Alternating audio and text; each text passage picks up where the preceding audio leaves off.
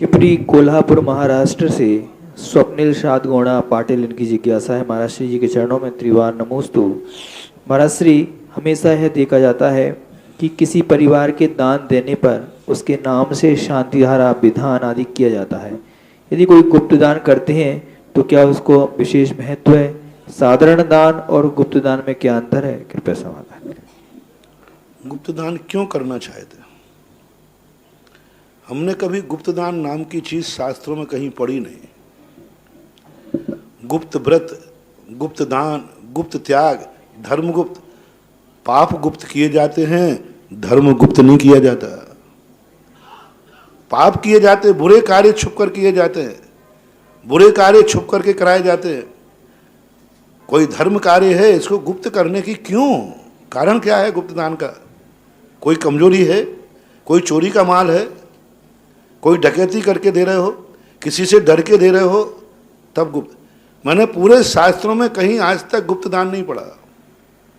जितने राजाओं ने दान दिए और गुप्त दान कोई दिए ही नहीं, सब उजागर करके दिए, डंके की चोट पर देते दान। प्रभावना है ये। आचार्य ने तो ये लिखा कि श्रावक यदि धर्म की प्रभावना कर सकता है तो दान पूजा से ही प्रभावना करता है। और दान पूजा ही प्रभावना, प्रभावना का अर्थ क्या है? उजागर करना। क्यों उसको? क्योंकि दूसरा प्रभावना अंक कब आएगा? व्रत भी ले लो, चुपचाप ले लो, किसी को बताना मत। क्यों नहीं बताना? कोई पाप कर रहे हैं क्या? अरे डंके की चोट पर भी जो कि मैंने ये व्रत लिया है, मैंने प्रतिमा ली है, मैंने देव दर्शन का नियम लिया है, मैंने गुटखा छोड़ दिया है, मैंने रात्रि भोजन छोड़ दिया है, 100 लोगों को बताओ। और जब नियम लो तुरंत अपने दोस्तों से पूछो कि कहो, अपने रिश्तेदारों को कहो आज मैंने व्रत ले लिया है। शायद कोई तुम्हारी प्रभावना से प्रभावित होकर वो व्रत ले लेवे। उद्यापन जो होता है का अर्थ ही है उद्योत करना। जो तुमने धर्म की क्रिया की है उसको उद्योत करो, प्रकाशित करो। मैंने तो शास्त्र में कहीं नहीं पढ़ी कि धर्म की क्रिया भी गुप्त रूप से होती है। ना दान गुप्त होता है, ना पूजा गुप्त होती है, ना व्रत गुप्त होता है, ना नियम गुप्त होता है। चोरी। अब परिस्थितियों के अनुसार गुप्त की बात आती है। गुप्त से हमें इसलिए देना पड़ता है कि हमें राजा का डर है। आजकल जो तुम्हारे सरकारी कानून है, नियम है, उनका डर है, वो मुझे परेशान करेंगे, इसलिए मैंने गुप्त दान दिया। कोई बाधा नहीं।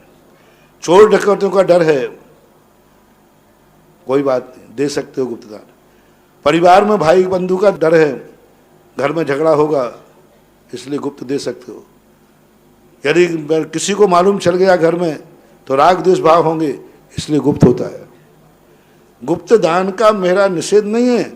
और गुप्त दान, मैं गुप्त दान इसलिए देता हूं कि मुझे मान कसाय बहुत आता है, अहंकार आता है कि हमारा नाम क्यों नहीं लिखा, हमारा ये क्यों नहीं लिखा, इसलिए मैं गुप्त देता हूं। तो कोई कारण बस ही गुप्त देना चाहिए। गुप्त दान देना मूल मार्ग नहीं है, मजबूरी का मार्ग है।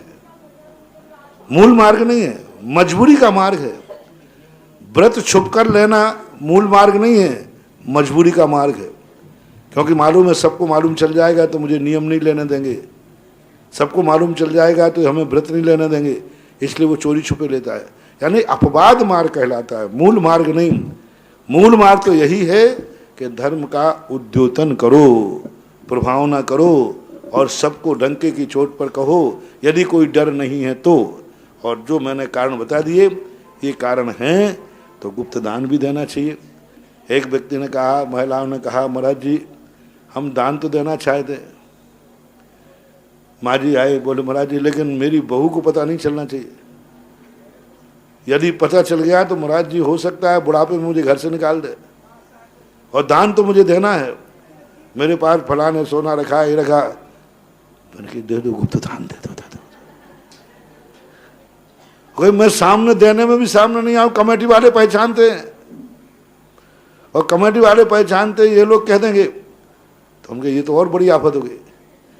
बोले मैं कमेटी वालों के सामने भी नहीं आऊंगे। तो एक बाहर का अनजाना व्यक्ति था, मैंने उससे कहा, मैंने माँ जी को तुम जानते? बोले नहीं जानते। मारी से पूछा, मैंने तुम इनको जानते? बोले नहीं जानते। मैंने इसको दे दो, ये दे आएगा। यही की घटना है, यही तुम्हारे बिजौलिए की। बाहर की थे हालांकि वो, तो ऐसे में कोई बात नहीं। जब मालूम है कि घर के लोग क्लेश करेंगे, घर के लोग झगड़ा करेंगे, ऐसे निकृष्ट लोग हैं घर में कि सब झगड़ा करेंगे दान के लिए, तो ऐसे लोगों से छुपाकर दान देने में कोई दोष नहीं। ना तुम्हें मायाचारी का दोष आएगा, ना झूठ बोलने का दोष आएगा। ये भी कह दोगे तुम, कोई पूछे हमने सुना है कि तुमने दान दिया, नहीं मैंने दिया ही नहीं, बताओ गवाह क्या है। जैसे अपराधी अपराध करने के बाद पूछता है मैंने अपराध किया, आपके पास सबूत क्या है, ऐसे वो कह सकता है मैंने दान दिया, सबूत क्या है। अब कौन सबूत बताएगा? महाराज तो बताने को रहा नहीं। तुम आ जाओ घर वाले, बोले महाराज देखो आप सत्य महाव्रती हो, सही बोलना मेरी दादी ने दान दिया कि नहीं दिया। तुम 3 मुड़ के हो जाओ तो मुझसे नहीं निकलवा पाओगे, क्योंकि मैं इतनी बड़ी गलती करने वाला नहीं हूं। एक धर्मात्मा के लिए बचाने के लिए हम मौन रह जाएंगे, गलत ना भी बोल देंगे, लेकिन एक पापी का साथ नहीं देंगे जो दान में विघ्न डाल रहा है। एक दान दे रहा है और एक दान में विघ्न डाल रहा है, मुझे किसका साथ देना चाहिए? सभा की क्या सहमति है? देने वाले का पक्ष लूंगा मैं, तो भाई ठीक है उसको बचाऊंगा, कोई दोष नहीं है।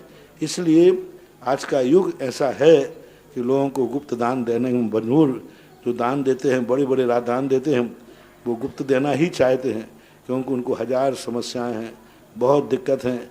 आज की राजनीति, मैंने तो सरकार से कहना चाहता हूँ कम से कम दान में दे रहे हैं तो दान भी एक टैक्स ही है। ये सरकार का, सरकार दान ले रही है और हम लोग दान ले रहे हैं, सरकार, दोनों में कोई अंतर नहीं है। दोनों का एक ही तरीका है कि व्यक्ति के यहाँ से पूंजी निकल कर बाजार में आना चाहिए।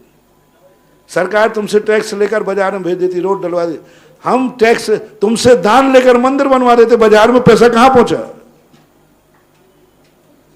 बताओ भाई, दान में तुमने करोड़ रुपया दिया। एक बार भैरव सिंह को मैंने कहा था, मैंने कि भाई जो तुम करते हो वही तो मैं कर रहा हूं।